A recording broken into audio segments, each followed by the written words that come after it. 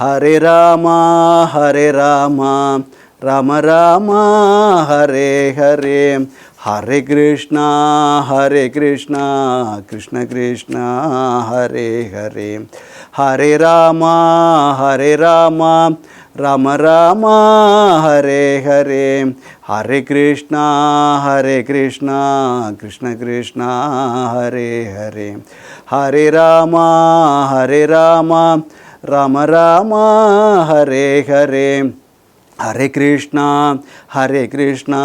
கிருஷ்ண கிருஷ்ணா ஹரே ஹரே கிருஷ்ணாய வாசுதேவாய ஹரயே பரமாத்மனே பிரணதக்லேசநாசாய கோவிந்தாய நமோ நமः கலயே சுந்தராகாரம் சதைக பிரியதர்ஷனம் அஞ்ஞானநாசகம் தேவம் சத்குரும் முரளீதரம் ஸ்ரீஹரயே நமः ஸ்ரீஹரயே நமः ஸ்ரீஹரயே நமः கோபிகா ஜீவனஸ்மரணம் கோவிந்தா கோவிந்தா சத்குருநாத் மகாராஜ் கி ஜெய். சாய் டிவி அன்பர்களுக்கு நமஸ்காரம். துருவனோட வம்சத்தில் வந்த அங்கன்குல ராஜா, அவனுக்கு வேணன்னு ஒரு பையன் பிறக்கிறான். அந்த வேணன் துஷ்டனாக இருந்ததுனால ரிஷிகள் வேணனை ஹோங்காரம் பண்ணி அவனை கொன்னுடுறான். அதுக்கப்புறம் அந்த உடலை அவள் அம்மா சுனிதா அப்படியே பதப்படுத்தி வச்சுருக்கா. திருப்பியும் ராஜா இல்லாத நாட்டுக்கு ஒரு ராஜா வேணுங்கிறதுக்காக திருப்பியும் இறந்து போன வேணனோட உடலை கடையிறா. கடையிறப்ப அவன்கிட்ட பாவமும் இருக்குது புண்ணியமும் இருக்குது. அந்த பாபங்கள்லாம் ஒரு உருவம் எடுத்து வந்தது. நிஷாதன்னு பேர். அவர்கள்லாம் வேடுவர்களாக மலை குகையில் வசிக்க ஆரம்பித்தா. திருப்பி கையை கடையிறா. அதில் அந்த புண்ணியத்தினால அந்த புண்ணியம் 2 ரூபத்தை எடுத்து வெளியில் வந்தது.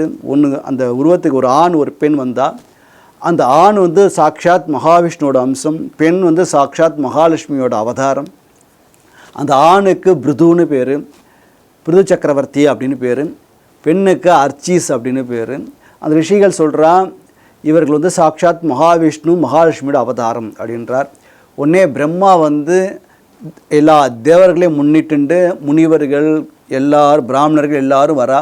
பிரம்மா அவரோட திருக்கையை பார்த்துட்டு கையில் பார்த்தாக்க பிருதுவோட கையில் சக்கர ரேகை இருக்குது, பாதங்களில் தாமரை ரேகை இருக்குது. இவர் சாக்ஷாத் மகாவிஷ்ணுவோட வம்சம்தான் அப்படின்னு பிரம்மா சொல்ல, முனிவர்களும் அதை ஆமோதிக்க, ரிஷிகளும் ஆமோதிக்க, உடனே எல்லோருமே அவ சக்திக்கு ஏற்ற மாதிரி தேவர்கள் முனிவர்கள் மலை ஆகாசம் எல்லா தேவர்கள் மகாவிஷ்ணு பிரம்மா ஈஸ்வரன் சரஸ்வதி தேவி அம்பிகா மகாலட்சுமி எல்லாரும் நிறைய காணிக்கையை கொடுக்குறா. எல்லாத்தையும் வாங்கிட்டார் பிருது சக்கரவர்த்தி. பூமாதேவியும் காணிக்கை கொடுக்குறா. ஒரு பாதுகையை கொடுக்குறா. அந்த பாதுகையை எங்கே வேணால் போகலாம், ஃப்ளைட்டே ஏற வேண்டாம், வண்டியே ஏற வேண்டாம், அங்கே போகணுன்னு நினச்சா போயிடுவா. நினச்ச மாத்திரத்துக்கு எங்கே வேணால் போகலாம், எந்த டைரக்ஷன் வேணால் போகலாம், எங்கே நினைக்கிறோமோ அங்கே போய் சேர்த்து விட்டுரும் அந்த பாதுகை. அப்படிப்பட்ட ஒரு பாதுகையை பூமாதேவி கொடுக்குறாங்க. அதுக்கப்புறம் அந்த சுதிப்பாடர்கள்லாம் அவரை புகழ ஆரம்பிக்கிறான். உடனே பிருது சொன்னால், நான் இப்போ தான் வந்திருக்கேன், ஜஸ்ட்டு பான், அதனால் என்னை புகழாதீங்கோ, நான் கொஞ்ச நாள் ஆகட்டும், நான் எப்படி பெர்ஃபார்ம் பண்ணுறேங்கிறத பார்த்துட்டு என்னோடய பர்ஃபார்மன்ஸை பார்த்துட்டு அதுக்கப்புறம் புகழுங்கோ.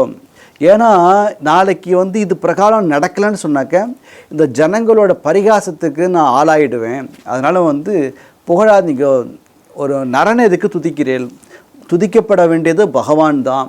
அதனால் அந்த உத்தம ஸ்லோகனோட குணங்களை மட்டும் பேசுங்கோ, வேறு எதையும் பேசாதீங்கோ அப்படின்னு பிருது மகாராஜா அவளை தடுக்க. ஆனால் சுதிப்பாடர்கள் சொன்னால், நீங்கள் அவங்க தன்னடக்கத்தோடு பேசுகிறேன், ஆனால் இந்த ரிஷிகள் பிரம்மா தேவர்கள் முனிவர்கள்லாம் நீங்கள் பகவான்னு சொல்லியிருக்கா. அதனால் அவர்கள் வாக்கு பொய்யாகாதே, அவர்கள் சொன்னதை நாங்கள் பாடுறோமே தவிர நாங்களாக பாடலை. அதனால் நீங்கள் சாக்ஷாத்து பகவானோட அவதாரங்கிறது எங்களுக்கு தெரியும். ஏன்னா வாச்சஸ்பதினாம் தியகா அபி பப்ரமுகுன்றார். பிரகஸ்பதி போன்ற அந்த அறிவாளிகளுக்கு கூட உங்களுடைய இந்த அவதாரம் கலங்க அடிச்செடுத்தோம். அப்படி இருக்கிற போது நீங்கள் நாங்கள் எப்படி இந்த தேவர்கள் பிரம்மா முனிவர்கள் ரிஷிகள்லாம் சொன்னாலும் அதை நாங்கள் பாடுறோம். அதனால் எங்களை தடுக்காதீங்கோ அப்படின்னு சொன்னதுக்கப்புறம் ஒரு புன்னூரலை ஏற்றுட்டார். ஏன்னா முனிவர்கள் சொல்லியிருக்கா, அந்த வார்த்தைக்கு நம்ம கட்டுப்படணும். பிரம்மா சொல்கிறார், தேவர்கள் சொல்கிறா, அதை தான் அவன் பாடுறா. ஏன்னா அவெல்லாம் வந்து ஞான திருஷ்டி இருக்கிறவா. அதனால் வந்து ஆரம்பத்திலேயே இந்த பிருதுவோட சரித்திரம் ஃபுல்லாகவே அவள் சொல்லிடுறான். அதனால் அதை கேட்டதுனால அதை இந்த துதிப்பாடல்கள் பாட ஆரம்பிக்கிறான். இந்த பிருது எப்படி இருப்பார் தெரியுமா? ரொம்ப சிறந்த தார்மீகனாக இருப்பார். தர்ம பிருதாம் சிரேஷ்டஹா, தார்மீகத்தில் ரொம்ப சிறந்தவராக இருப்பார், சிரேஷ்டனாக இருப்பார். அப்புறம் வந்து லோகத்தை காப்பாற்றுறதுல தர்மத்தில் தன்னை ஈடுபடுத்திக்கிட்டு தர்ம வரம்புகளை, தர்மம் என்ன சொல்லியிருக்கோ, வேதத்தில் எது தர்மம்னு சொல்லியிருக்கோ அதை அப்படியே காப்பாற்றுவார். யாரெல்லாம் அதுக்கு வந்து இடைஞ்சல் பண்ணுறாலோ அவரை அடக்கிடுவார். யார் தர்ம பிரகாரம் வேதத்தில் என்ன சொல்லியிருக்கோ, யார் சாத்வீகமாக இருக்காலோ அவளை காப்பாற்றுவார். அதுக்கு யார் இடைஞ்சல் பண்ணுறாலோ அவளை அப்புறப்படுத்திடுவார். ஏன் அப்படின்னாக்க இவர் வந்து எல்லா தேவர்களோட அம்சத்தையும் இவர் தரிக்கிறார். முன்னாடியே பார்த்தோம் இல்லையா, ராஜாங்கிறவர் வந்து சாக்ஷாத் மகாவிஷ்ணுவோட சுரூபம்னு சொல்லியிருக்கு. அதுக்கேற்ற மாதிரி ஏன்னா வேணும் முன்னாடியே சொல்கிறான் இல்லையா, நான் தான் பிரம்மா, நான் தான் விஷ்ணுன்னு, அதான் சிவன் அவன் சொல்கிறான் இல்லையா. அவன் சொன்னது வாஸ்தவம் தான், இல்லைன்னு சொல்லலை. ஆனால் அந்த ராஜா வந்து எல்லாருக்கிட்டையும் அன்பாக இருக்கணும், தர்மப்படி இருக்கணும் அப்படின்னு இருக்குது. அதான் அவன்கிட்ட இல்லை, தன்னை தான் எல்லோரும் கொண்டாடணும்னு சொல்கிறானே தவிர அவன் புறத்தியாரோட கஷ்டங்களை புரிஞ்சிக்கவே இல்லை. அதனால் வந்து ஆனால் ராஜா வந்து சகல தேவர்களோட ஒரு அம்சம்தான். அதை இங்கே சொல்கிறான், எல்லா லோக்கபல அம்சமாக நீங்கள் இருக்கேன். அந்தந்த காலத்துக்கு காலே காலே உபயோகோ லோகயோகோ, இந்த லோகத்துக்கும் இந்த இரு லோகத்துக்கும் நன்மையை வந்து நன்னா பிரித்து அந்தந்த காலத்தில் என்னென்ன நன்மை கிடைக்கணுமோ அதெல்லாம் நீங்கள் நன்னா பிரித்து கொடுக்குறாரு. யுகாபாகம் யதாபாகம் விபர்த்தி, எப்படி என்ன தேவையோ அந்தந்த காலத்துக்கு ஏற்றவாறு நீங்கள் என்ன பண்ணுறீங்கனாக்கா நன்மைகளை பிரித்து கொடுக்குறீர்கள். விபுகு, எல்லா இடத்திலும் நிறைஞ்சிருப்பார், வியாபகமானவர் இவர். சர்வேஷு பூதேஷு, எல்லா பிராணிகளிடத்துலையும் எப்படி வந்து சூரிய பகவான் வந்து ஒரே மாதிரி கிரணத்தை கொடுக்குறாரோ, சூரிய பகவான் வந்து ஒரு ஏழைன்னு சொன்னாக்க ஸ்பெஷலாக ஒன்று லைட்டாக கொடுக்கறதில்ல, ஒரு பெரிய பணக்காரன் அப்படிங்கிறத பிரகாசமாக கொடுக்கறதில்ல. எல்லா இடத்துலையும் சூரிய பகவானோட ரேஸ் எப்படி விழருது அப்படின்னு கேட்டால், அந்த கிரணங்கள் எப்படி விழருது அப்படின்னு கேட்டால் யூனிஃபார்மாக தான் சமமாக தான் விழும். அது மாதிரி இவரும் எல்லா பிராணிகளிடத்துலையும் ஒரே மாதிரி இந்த பிருது மகாராஜா ஆட்சி பண்ண போகிறார். சமகா பிரதபன். அது மட்டும் இல்லாமல் அதை வந்து எப்போ வந்து இந்த காணிக்கைலாம் கொடுத்தா இல்லையா அதெல்லாம் ஏற்றுட்டார். அதனால் எப்போல்லாம் அந்த காணிக்கையை ஏற்றுக்கணுமோ அப்போ வந்து அந்த காலத்தில் ஏற்றுக்கிறார். அப்புறம் பொருளையும் ஈட்டுறார். என்னென்ன தேவையோ நாட்டுக்கு நிதி கோஷத்துக்கு என்னென்ன தேவையோ அந்த பொருளையும் அவர் ஈட்டுறார். அதே சமயத்தில் கொடுக்க வேண்டிய காலத்தில் காலேச்சே விமுஞ்சதி, கொடுக்க வேண்டிய காலத்தில் இந்த பிருது மகாராஜா எந்த காலத்தில் சம்பாதிக்கணுமோ அந்த காலத்தில் சம்பாதிக்கிறார், பொருளையும் ஈட்டுறார். எந்த காலத்தில் செலவு பண்ணுமோ அந்த காலத்தில் செலவும் பண்ணுறார். காலேச்சே விமுஞ்சதி. அப்புறம் வந்து இவர் எப்படி இருக்கானுக்க, ஸ்ருதி விருத்திமானு வைன்யகா, இந்த பிருது மகாராஜன் வந்து பூமியை போல பொறுமசாலியாக இருக்கார். அந்த ஸ்ரீபாலை சொல்கிறார், இந்த பிருது எப்படி இருப்பான்னாக்கா பூமியை போல பொறுமசாலியாக. பூமிகிட்ட வந்து நம்ம காரி துப்புறோம், மூத்திரம் போகிறோம், மலம் கழிக்கிறோம், வாந்தி எடுக்கிறோம், குத்துறோம், இவ்வளோ பண்ணியும் அந்த தரணி வந்து பொறுமையாக இருக்கா இல்லையா, பதிலுக்கு வந்து நம்ம மேலே உமிழல இல்லையா, இல்லை தாங்கிக்கிறா இல்லையா. அது மாதிரி பொறுமைன்னு சொன்னால் பூமாதேவி தான். அது மாதிரி பொறுமையில் அதுவும் பூமியை போல் இருப்பார். எப்பெல்லாம் மற்ற ஜீவராசிகளுக்கெல்லாம் வந்து துன்பம் ஏற்படுறதோ அதுக்கிட்ட கருணகா சொல்கிறார். சஸ்வத்து ஆர்த்தானாம் பூதானாம் கருணகா, மற்ற பிராணிகளிடத்தில் ரொம்ப கருணையோடு இருப்பார் எல்லா இடத்துலையும். அது மட்டும் இல்லாமல் தன்கிட்ட வந்து யாராச்சும் வந்து இறக்கமே இல்லாமல் நடந்துட்டால் கூட, எதிர்த்து வந்தால் கூட அதையும் சகிச்சுப்பார். அது மட்டும் இல்லாமல் இந்த ஹரியோட அம்சமாக இவர் இருக்கார். இந்த விஷ்ணுவாகிய இந்த பிருது மகாராஜா ஹரியோட அம்சத்தில் இருக்கார். இந்திரன் வந்து ஒரு வாட்டி மழை பெய்யலையாம். உடனே மழை பெய்யாமல் இருக்கிற காலத்தில் கூட தன்னோட யோகா பிரபாவத்தெல்லாம் மழையை கொண்டு வந்தார். அப்படிப்பட்டவர் இவர். பிராணிகளோட சங்கடத்தை வந்து பார்த்து இந்திரன் மாதிரி மழையை பொழிய வச்சு காப்பாற்றக்கூடியவர். இவர் எப்படின்னாக்க பார்வை இருக்கு இல்லையா, பார்க்குற பார்வை இருக்கு இல்லையா, முறைச்சிலாம் பார்க்காம யாரை பார்த்தாலுமே ஒரு அன்பு கலந்த ஒரு பார்வை. சாணுராகாவ லோக்கனே, பிருது எப்படி இருப்பார் அப்படின்னு கேட்டாக்க யாரை பார்த்தாலும் சும்மா அப்படியே முறைச்சி பார்க்காம எரிச்சு விடுற மாதிரி அப்படியே எரிக்கிற மாதிரி பார்க்காம பார்வையிலே தெரிஞ்சிடும். சாந்தமாக எல்லார்ட்டையும் வந்து ஒரு அன்பு கலந்த ஒரு பார்வையிலே ஒரு அன்பு, அந்த பார்க்குற பார்வையிலேயே அப்படியே அன்பு வந்து அப்படியே பியூராக தான் அது மாதிரி பார்க்குறாரு. அன்பு கலந்த ஒரு பார்வை. சிரிப்பு ஒரு நமுட்டு சிரிப்பு, ஆணவ சிரிப்பு, அதிகார சிரிப்பு அப்படிலாம் கிடையாது. ஒரு புன்முறுவலை. விசதஸ்மித சாருணாக வதனாமிருத மூர்த்தினாக, சந்திரன் போன்ற முகம். சந்திரனை பார்த்தா அலுப்பு வருமா? சந்திரனை பார்த்துட்டே இருக்கும். பௌர்ணமி அன்னைக்கு சந்திரனை பார்க்குறோம், பார்க்க பார்க்க அலுப்பே வருதில்லை இல்லையா? மனசுக்கு எவ்வளோ குளிர்ச்சியாக இருக்குது. அது மாதிரி பிருது பகவான் இந்த பிருது சக்கரவர்த்தி யாரெல்லாம் பிருதுவை பார்க்குறாலோ வெச்சக்கண்ணு வாங்க அப்படி பார்த்துட்டே இருப்பாளாம். அவ்வளோ அழகாக இருப்பாராம். அந்த முகத்தில் ஒரு சிரிப்பு, ஒரு அன்பு கலந்த ஒரு பார்வை, எல்லாரையும் சமமாக நோக்கக்கூடிய ஒரு திருஷ்டி, ஒரு புன்முறுவல், ஒரு மந்தகாசம். பார்த்தாலே முகத்தை பார்த்தாலே பிருதுவை பார்த்தாலே மனசுக்கு ஒரு சாந்தி வருதான். இத்தனைக்கு ராஜா தான் அவர், இருந்தாலும் அவரை பார்த்தாலே என்னன்னாக்க எல்லாருக்கும் சாந்தி வரும். மக்களுக்கெல்லாம் அப்படியே அப்பா இப்படிப்பட்ட ஒரு ராஜா நம்மளுக்கு கிடச்சிருக்காரே, இப்படிப்பட்ட ராஜா கிடச்சிருக்காரே அப்படின்ட்டு எல்லோரும் சந்தோஷப்படுறோம். பார்த்ததுமே எப்படி வந்து நமக்கு பிடித்த ஒரு நடிகரை வந்து படம் வந்ததுனாக்கி எப்படி ஆசையாக பார்ப்போம், அவர் நம்ம வீட்டுக்கு நம்ம திருவழியாக போனால் எவ்வளோ சந்தோஷம் பார்ப்போம். அதே மாதிரி எல்லாருக்கும் பிடித்த மாதிரி ஏதோ ஒருத்தருக்கு பிடிச்சி ஒருத்தர் பிடிக்கலன்னு கிடையாது. யாரை குழந்தைலேருந்து ஆரம்பித்து பெரியார் வரைக்கும் யாரை பார்த்தாலும் பிருது மகாராஜா எல்லாத்தையும் அன்பாக பழகுவார், அன்பாக பார்ப்பார், ரொம்ப ஒரு சிரிப்பு புன்சிரிப்போடு இருப்பார். எப்போ பார்த்தாலும் ஒரு புன்னகையோடு இருப்பார். அது மட்டும் இல்லாமல் எல்லாரையும் யார் பார்க்குறாலோ பார்த்தவா வெச்சக்கன்னு வாங்க பார்த்துட்டே இருப்பார். ராமரை பார்த்தவா கண்ணை எடுக்கிறதுக்கு மனுஷன் தோல் கண்டார் தோலே கண்டார் அப்படின்றார். யார் தோலை பார்த்தாலோ தோலை பார்க்குறா, யார் கண்ணை பார்த்தாலோ கண்ணையே பார்த்துட்டு இருக்கா, யார் கைகளை பார்த்தாலோ கைகளையே பார்த்துட்டு இருந்தார். ராமரோட அத்தனை அவயங்கள் யார் யாருக்கு எந்தெந்த அவயத்தை பார்த்தாலும் அதுக்கப்புறம் கண்ணு மேலேயும் போழையும் கீழேயும் வரலையும் அதையே பார்த்துட்டு இருந்தாலும் கம்மன் அங்கே சொல்கிறான். அதே மாதிரி பிருது மகாராஜாவையும் பார்த்துட்டே இருக்கா. எல்லாரையும் மகிழ்ச்சி, எல்லாரும் சந்தோஷம், தன்னோட ஒரு இருப்புனாலேயே எல்லாருக்கும் ஒரு சந்தோஷத்தை கொடுத்துட்டுருக்கார் அப்படின்னு அவர் சொல்கிறார். அது மட்டும் இல்லாமல் அவ்யக்த வர்த்தமா அப்படின்னு சொல்கிறேன். யாருக்குமே புலப்படாத ஒரு சஞ்சாரம், ஏன்னா அவர்கிட்ட அந்த பாதுகை இருக்கு இல்லையா, யார் கண்ணுக்கும் புலப்படாத ஒரு சஞ்சாரம் அவர்கிட்ட இருந்துகிட்டே இருக்கும். அது மட்டும் இல்லாமல் நிகூட ரகசியமாக பண்ண வேண்டிய காரியத்தை அதையும் பண்ணிட்டு இருக்கார். அப்புறம் வந்து கம்பீர வேதகா, ஆழ்ந்த அறிவு, ஏதோ வந்து எடுத்தோம் கவுத்தோம்லாம் பண்ண மாட்டாராம். எதுவாக இருந்தாலும் ஒரு பிரச்சனைன்னு ஒன்று வந்ததுன்னு சொன்னாக்க நல்ல தீர்க்க தரிசனத்தோட ஆழ்ந்த அறிவோட ஏதோ அதுக்கு சொல்யூஷனை வந்து ஏதோ கொடுத்தோம் பேர் வேண்டிய ஒரு ஷார்ட் டைம் அப்படிலாம் கிடையாது.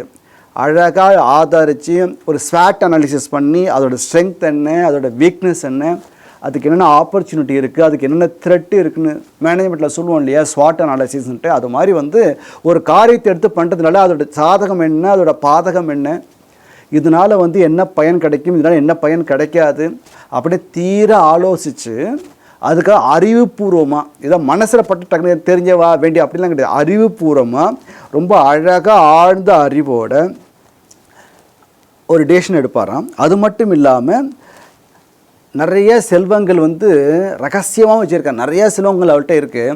இந்த கஜானாவில் எவ்வளோ ஊருக்கு சின்ன அவசியம் கிடையாது. தன்னோட கஜானாவில் எவ்வளோ நம்மளே வந்து ஒவ்வொருத்தரும் இண்டிவிஜுவலாக பேங்க்கில் அக்கௌண்ட்டில் எவ்வளோ பணம் இருக்குதுன்னு வெளியில் சொல்லுவோமா? சொல்ல மாட்டோம் இல்லையா? அது மாதிரி ரகசியமாக வைக்க வேண்டிய கஜானாவை ரகசியமாக அதை பாதுகாத்துட்டுருக்கார், செல்வத்தை பார்த்துட்டுருக்கார். அப்புறம் வந்து அனந்த மகாத்மிய குணைஹி, அதாவது அனந்தன்னு சொன்னால் இன்ஃபைனைட், இவ்வளோதான் சொல்ல முடியாது குணத்தை, பிருதுவோட குணத்தை இவ்வளோதான் அப்படின்னு சொல்ல முடியாது. அவ்வளோ மகிமைகள் இருக்குது அவர்கிட்ட, அவ்வளோ நற்குணங்கள் அப்படியே குவிஞ்சி இருக்கா அவர்கிட்ட. அது மட்டும் இல்லாமல் திருடவிரதகா, திருடமாக இருப்பார் அவர். உறுதியான கொள்கை, ஒரு கொள்கைன்னா அதாவது தர்மப்படி தான் இருக்கணும், பகவானுக்கு சம்மதமாக வாழ்க்கையை நடத்தணும், தன் பிரஜைகள் அப்படி தான் இருக்கணும்னா அப்படி இருப்பாராம். திருடவிரதகா. சத்தியசந்தகா, உண்மையை மட்டும் பேசுவாராம், வாய்மையை மட்டும் பேசுவாராம், வேறு பொய்யே பேச மாட்டாராம். பிரம்மண்யகா, பிராமணர்களிடத்தில் ரொம்ப விசுவாசம் உள்ளவர். அவருக்கு வந்து ஒரு அடிமை மாதிரி இருப்பாராம். பிராமணர்களுக்கு வந்து தேவையானதை கொடுத்து, தான் ராஜாவாக இருந்த போதிலும் கூட பிராமணர்களுக்கு தேவையான வசதிகளை பண்ணி கொடுத்து அவர்கள் நடத்தக்கூடிய வேள்விகளுக்கு ஒத்தாசையாக இருப்பாராம், உறுதுணையாக இருப்பாராம், அவருக்கு நமஸ்காரம் பண்ணிகிட்டே இருப்பாராம், ஒரு கிங்கரன் மாதிரி இருப்பாராம். விருத்த சேவகா, வயசானவர்களை பார்த்தா, முதியவர்களை பார்த்தா கிழவன் கிடக்கு அப்படின்னு இருக்க மாட்டாராம். விருத்தர்களை பார்த்தா, வயசானவர்களை பார்த்தாக்க அவர்கிட்ட போய்ட்டு அந்த பெரியோர்கிட்ட பணிவாக இருக்கக்கூடியவர், எல்லாருக்கும் மரியாதை கொடுப்பாராம். அதாச்சும் பரவாயில்ல. சர்வபூதானம் சரண்யகா, எல்லா பிராணிகளுக்கும், ஒரு இரும்பாக இருக்கட்டும், கொசுவாக இருக்கட்டும், முயலாக இருக்கட்டும், என்ன பிராணியாக இருந்தாலும் எல்லாத்துக்குமே அடைக்கலம் கொடுப்பாராம். மானதகா தீனவக்சலகா, எல்லாத்துக்கும் கௌரவம் கொடுப்பார். தீனவக்சலகா, எளியவர்களிடத்தில் ஒன்றுமே இல்லாதவன் இருந்தால் கூட அவன்கிட்ட கூட தீனவத்சலகா, ரொம்ப அன்போடு இருப்பாராம். இல்லாதவன்கிட்ட கூட இருக்க காசு இருக்கிறவனு தான் மதிப்பான்லாம் கிடையாது. சில பேர் இருப்பாள் இல்லையா, சில ராஜாக்கள்லாம் வந்து தனக்கு ஈக்குவல் ஸ்டேட்டஸ் யார் இருக்காலோ அவர்கிட்ட தான் பேசுவாள். அப்படி கிடையாது. ரொம்ப ஓட்டாண்டியாக இருந்தால் கூட, அடுத்த வேளை சாப்பாட்டை கஷ்டப்படுறவனாக இருந்தால் கூட, அப்படிப்பட்ட ஒரு எளியவனாக இருந்தால் கூட அவனுக்கும் மரியாதை கொடுத்து தன்மையோடு அழகாக ரொம்ப தன்மையாக பேசக்கூடியவர். பரஸ்திரீஷு மாத்ருபக்திகி, பிற ஸ்திரீகள், கல்யாணமான பெண்களை பார்த்தா, பிற தாரங்களை பார்த்தா தன்னோட அம்மாவாக நினச்சிப்பாராம். எல்லார்ட்டையும் தாய் அப்படிங்கிற, பிற மனைவிகள்கிட்ட தாயின்னு ஒரு பக்தி இருக்கும் அவர்கிட்ட. அப்புறம் தன் பத்னியை வந்து தன் உடம்புல பாதியை கொடுத்துட்டாராம். அது மாதிரி அன்பு வச்சுருப்பார். எப்படி ஈஸ்வரன் இருக்காரோ அதே மாதிரி தானும் தன் மனைவி கிட்ட ரொம்ப அன்பாக இருக்கக்கூடியவர். பிரஜாகா பிருத்துவத்து, பிரஜைகளுக்கு ஒரு தந்தை மாதிரி இருப்பார். எல்லாருக்கும், யாருக்கும் அப்பா இல்லையே அப்படின்னு ஒரு அநாதங்கிற எண்ணமே இல்லையா. ஏன்னா பிருதுவே எல்லாருக்கும் தந்தையாக இருக்கார். ஸ்னிக்தகா பிரம்மவாதினாம் கிங்கரகா, எல்லாருக்கும் எல்லார்ட்டையும் அன்போடு இருக்கார். அப்பா மாதிரி இருந்து அன்போடு இருக்கார். அப்புறம் வந்து பிரம்மஞானிகளுக்கு, மகான்களுக்கு வந்து ஒரு அடிமையாக இருக்கார். அவளை எதிர்த்துலாம் பேச மாட்டார். வந்து என்ன தான் சிம்மாசனத்தில் ஏறி உட்காண்டிருந்தா கூட, ஒரு சாது வந்தாக்க, ஒரு பாகவதர் வந்தாக்க டப்புன்னு ஏஞ்சி நமஸ்காரம் பண்ணுவார். ஒரு அடிமை மாதிரி இருப்பாராம். அப்புறம் வந்து எல்லா பிராணிகளுக்கும் வந்து உயிரை போல பிரியமானவர். ஆத்மவது பிரேஷ்டகா, தேகினாம் ஆத்மவது பிரேஷ்டகா. அப்புறம் வந்து சுகிருதாம் நந்திவர்தனாகா, நண்பர்களுக்கு வந்து மகிழ்ச்சியை கொடுக்கக்கூடியவர். அப்புறம் முக்தசிங்ககா பிரசங்ககா, துறவிகளுக்கு நிறைய துறவிகளாக இருக்கா இல்லையா, அவர்கிட்ட பற்று இருக்கிறவர். அப்புறம் துஷ்டர்களுக்கு அசாதுஷுகு தண்டபாணி, பார்த்தீங்களா, ஒரு துஷ்டனாக இருந்தாலும் சொன்னாக்கா அவனுக்கு எவன் மாதிரி இருப்பாராம். சாதுக்களுக்கு இவர் அடிமையாக இருப்பார், துஷ்டர்களை பார்த்தா யமன் மாதிரி இருப்பார். அதனால் வந்து எப்படி வந்து 3 லோகத்துக்கு அதிபதியாக இருக்கக்கூடிய, வேதங்களோட நாயகனாக இருக்கக்கூடிய பகவான் இருக்காரோ, அவரே இங்கே ஒரு அம்சமாக பிருது மகாராஜாங்கிற இதில் பேரில் வந்திருக்கார், தோன்றியிருக்கார். அவதீர்ண சாட்சாத்து திரியதீசகா கூடஸ்தகா ஆத்மா அயம் பகவான் கலையா சாட்சாத்து அவதீர்ணகா. எந்த ஒரு வேதம் பகவான் வந்து சொல்கிறதோ அந்த பகவான் வந்து எல்லா லோகத்துக்கும் அதிபதியாக இருக்கான். அப்படிப்பட்ட பகவானே இங்கே பிருது மகாராஜாங்கிற பேரில் தோன்றியிருக்கார். ஆனால் அவித்தியினால் அது அவர் வந்து மாயை காரணத்தினால என்ன தோன்றது அப்படின்னு கேட்டாக்க, இவர் சாதாரண நபர் மாதிரி எல்லார் கண்ணுக்கும் தெரியறாரே தவிர உண்மையிலே இவர் சாட்சாத் பகவான் தான் அப்படின்னு சொல்கிறார். அதனால இவர் வந்து எப்படின்னாக்கா, இவர் பூமியை வந்து எவ்வளோ காலம் வந்து உதயமலை இருக்கோ, ஓத யாத்திரையே போமன்ற அது வரைக்கும் இந்த பூலோகத்தை வந்து காக்க போகிறான். அதனால் வந்து தேரில் ஏறிண்டு வில்ல கையில் வச்சுட்டு ஒரு 2வது சூரியன் மாதிரி எல்லா திக்குலையும் போவார். தெற்க நோக்கி போவான். எப்படி வந்து அது கிழக்க தோன்றதோ அது மாதிரி தெற்கெல்லாம் போவான். அப்புறம் வந்து எல்லா அரசர்களும் என்ன பண்ணுவான்னு கேட்டாக்க, இந்த ராஜாவுக்கு வந்து தானாக வந்து யாரும் சண்டைக்கே வரமாட்டலாம். எந்த ஒரு ராஜாவாக இருந்தாலும் பிருது மகாராஜா வரான்னு சொன்னாலே எல்லாரும் வந்து ஆட்டோமேட்டிக்காக வந்து நான் உங்களை சேர்ந்தவன், நான் உங்கள் அடிமைன்னு சொல்லிட்டு காணிக்கையை கொடுத்து கப்பத்தை கொடுத்துருவாலாம். அப்படிப்பட்ட எல்லாருமே இவர் வந்து என்ன நினைப்பாங்க, சாட்சாத் மகாவிஷ்ணு தான். எல்லா ஸ்திரீகளும் இந்த புருஷனை வந்து இவர் சாட்சாத் மகாவிஷ்ணு தான் அப்படின்னு ஒரு பக்தியோடு இருப்பா அப்படின்னு சொல்கிறார். அதனால் இந்த சக்கரவர்த்தி வந்து என்ன பண்ணுவார்னாக்கா, பின்னாடி பூமி வடிவம் தாங்கி வரக்கூடிய பசு வந்து பூமி எப்படி இருப்பேன்னு கேட்டால், ஒரு பசு தாங்கி வரப்போகிறா. அப்போ வந்து இவர் வந்து அந்த பசுவை வந்து கறந்து நாட்டு மக்களுக்கு தேவையான நல்ல விஷயங்களை பண்ண போகிறார். அது என்னங்கிறது அடுத்த அத்தியாயத்தில் வருது, அது நம்ம பார்க்க போகிறோம். பூமாதேவிட்டேருந்து கறந்து எல்லாருக்கும் என்னென்ன வேணுமோ அதெல்லாம் கொடுக்க போகிறார். அப்புறம் வந்து யாராலையுமே வந்து ஒரு மிருகேந்திரகா, சிங்கம் மாதிரி ஒரு யுத்தகலத்துக்கு போகிறான்னு சொன்னாக்க யாராலையும் இவர் வந்து ஜெயிக்கவே முடியாது. ஏன்னாக்க இவர் வச்சிருக்கிற அந்த ஆடு மாடு ரூபத்தில் இருக்கிற அந்த கொம்பு, ஆட்டு மாட்டோட கொம்பில் இருக்கக்கூடிய வில்ல இருக்கு இல்லையா, அதை வந்து அப்படி எப்போ அதை அந்த ஒளி எழுப்பினாலே போகிறோம், அந்த வில்லோட டங்காரம் கேட்டாலே போகிறோமா எல்லோரும் பயந்து ஓடிடுவாராம். அப்படிப்பட்ட வில்லை கையில் வச்சுட்டு இருக்கார் அவர். அது மட்டும் இல்லாமல் எந்த இடத்துல சரஸ்வதி நதி வந்து உற்பத்தி ஆனாலும் அங்கே வந்து 100 அசுமதியாக இவர் பண்ண போகிறார். ஆனால் கடைசியாக பண்ணுறப்ப இந்திரன் அதை தடுத்துருவான், குதிரையை எடுத்துகிட்டு போயிடுவான். அப்போ வந்து என்ன பண்ணுவான்னாக்க அந்த இந்திரனையும் வந்து தனக்கு உபதிரம் பண்ணின இந்திரனையும் நட்போடு வச்சுண்டு இந்த ராஜா பகைமை இல்லாமல் இந்திரனோட தோழனாக இருப்பார். அது மட்டும் இல்லாமல் இவரோட சபைக்கு வந்து சனத்குமாரர் வந்து பிரம்மஞான உபதேசம் பண்ண போகிறார். அதுக்கும் பின்னாடி வரப்போகிறாவெல்லாம். அதனால் இந்த போயர்கள்லாம் வந்து அந்த துதிப்பாடகர்கள் அந்த ரிஷிகள் சொன்ன வண்ணம், தேவர்கள் சொன்ன வண்ணம், பிரம்மா சொன்ன வண்ணம் இந்த பிருது மகாராஜாவையும் அர்த்தீஸ் மகாலட்சுமியும் புகழ்ந்து சொல்கிறான். ஏன்னா சாதாரண ரிஷிகள் வந்து சாதாரணமாக ஒருத்தர் வந்து நீ தான் பகவான்னு சொல்ல மாட்டான். Unless otherwise it is correct, அது வந்து கரெக்டாக இருந்தால் தான் சொல்லுவாள். ஏன்னா இவரோட விஷ்ணுவோட அம்சங்கிறதுக்கு வந்து கையை பார்த்தா தெரியறது, காலை பார்த்தா தெரியறது, சக்கர ரேகை இருக்குது, தாமரை ரேகை இருக்குது, முகத்தில் அப்படி ஒரு மந்தகாசம் இருக்குது. பகவானே வந்து எல்லா பகவானும் பிரம்மா விஷ்ணு சிவன் தேவருக்கு எல்லாரும் வந்து கிஃப்ட் கொடுக்குறா, காம்ப்ளிமெண்ட் கொடுக்குறா. அதனால் வந்து சாட்சாத் பகவான்னு தெரியறது. அதனால் வந்து அந்த ரிஷிகள் ஞான திருஷ்டினால பின்னாடி என்ன நடக்க போகிறது, இவரோட சரித்திரத்தில் என்ன நடக்க போகிறதுங்கிறத ஃபுல்லாக சொல்லிடுறா. அதை அப்படியே இந்த துதிப்பாடல்கள் பாடுறான். அந்த ரிஷிகள் என்ன சொன்னாலோ அதை அப்படியே ஃபுல்லாக பாடுறா. ரொம்ப அற்புதமாக சொல்கிறான். ஒரு ராஜா, இப்படிப்பட்ட ஒரு ராஜா இருந்தாக்கா அந்த நாடு எப்படி இருக்கும், ரொம்ப அழகாக இருக்கும் இல்லையா. ஒரு பிருது மகாராஜா மாதிரி ஒரு ராஜா இருந்தால் அப்படின்னு சொன்னாக்கா மக்களை வந்து எல்லா மக்களையும் தன் மக்களையாக பார்த்துட்டு தார்மீகத்தோட தர்ம சிந்தனையோட பிராமணர்களெல்லாம் வந்து போற்றிண்டு சாதுக்களுக்கெல்லாம் மரியாதை கொடுத்துண்டு ஈவன் எல்லா பிராணிகளுக்கும் அன்பாக இருந்துட்டு எப்போதும் சிரித்த முகத்தோட பார்த்தாலே வந்து அலுப்பே தட்டாத ஒரு புன்னகையோட ஒரு விசாலமான மனசோட எல்லார் கஷ்டத்தையும் தன் கஷ்டமாக பார்த்துட்டு அதுக்கு ஒரு தீர்வு கொடுக்கக்கூடியவர். ஏதோ எடுத்தோம் கவுத்தோன்னு அந்த நேரத்தில் வந்து அவளை சமாதானப்படுத்துறதுக்காக ஒரு டிசிஷன் அப்படிலாம் கிடையாது. அவனுக்கு எது நல்லதோ அதை நல்லா ஆலோசனை பண்ணி அவனுக்கு திருப்பி அந்த கஷ்டம் வராத மாதிரி சொல்லக்கூடிய ஒரு தீர்வு. அப்படிப்பட்ட தீர்வு மக்கள்னு சொன்னாக்க நிறைய பிரச்சனைகள்லாம் இருக்கும் இல்லையா, அந்த பிரச்சனைகள்லாம் ஒன்றும் இல்லாமல் பண்ணி இந்த பிருது என்ன பண்ணான்னு கேட்டாக்க அந்த மலைகள் அந்த கடல்லாம் இருக்குது இல்லையா, அந்த மலைகளெல்லாம் வந்து இந்த பூமி வந்து ஒரு இதாக இருந்தது, அன்னீவனாக இருந்தது. இந்த பிருது சக்கரவர்த்தி தான் வந்து எல்லாம் சரி பண்ணினான், பின்னாடி வரப்போகுது. இப்படி வந்து இந்த பிருது மகாராஜா வந்து எல்லாரும் புகழ்ச்சி சொன்னால் அப்போ வந்து என்ன பண்ணார்னாக்க எல்லாருக்கும் வந்து அவர்கள் தரத்துக்கு ஏற்ற மாதிரி கோட்டர்ஸ்லாம் பண்ணி கொடுத்தார், வீதிகள்லாம் பண்ணினார், நாற்சந்துகள்லாம் ஏற்படுத்தினார், கடைகளை ஏற்படுத்தினார். கிராமமோ நகரமோ டவுன்ஷிப்போ, அப்புறம் வந்து எல்லாருக்கும் சைனியங்கள் வைக்கிறதுக்கு ஒரு இடம், மிருகங்கள் இருக்கிறதுக்கு ஒரு இடம், மனிதர்கள் இருக்கிறதுக்கு ஒரு இடம், பிராமணர்களுக்கு தனி இடம் அக்ரஹாரம் மாதிரி அங்கே 2 கோயில்களை ஏற்படுத்தி இதெல்லாம் வந்து பிருது காலத்தில் தான் வந்தது. அதுக்கு முன்னாடி இது மாதிரி ஒரு ஐடியாவே கிடையாது.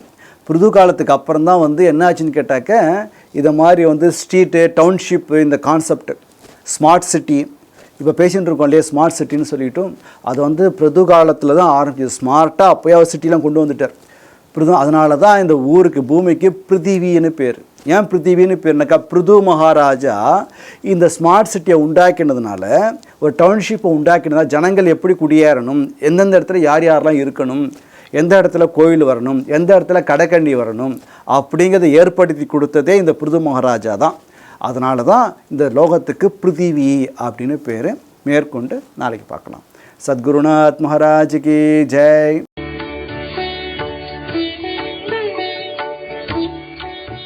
தமிழில் முதல் பக்தி சேனல் சாய் டிவி.